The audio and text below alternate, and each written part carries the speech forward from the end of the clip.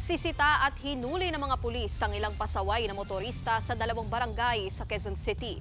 May ilan ding inaresto dahil may nakambinbin palang mga kaso sa kanila. Narito ang Express Report ni Nina Ongpauco. Dadalhin sa impounding area ang mga sasaking ito matapos mahuli ng pulisya ang ilang pasaway na motorista.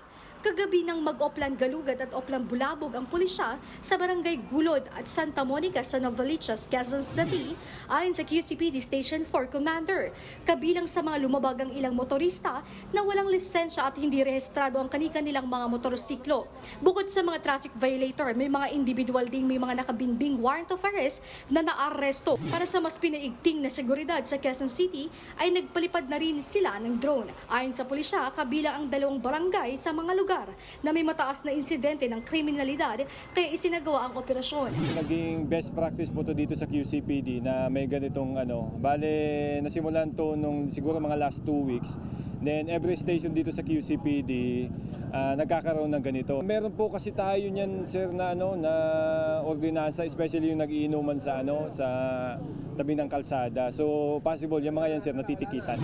Mahigit 160 tauhan mula sa QCPD, Task Force Disiplina at Barangay Public Safety Officers o BPSO na nasabing mga barangay ang idineploy para sa operasyon. Dadalhin sa impounding sa Camp Karingala ang mga nahuli at doon i-verify ng mga motorista kung sa kanila mismo ang sasakyan.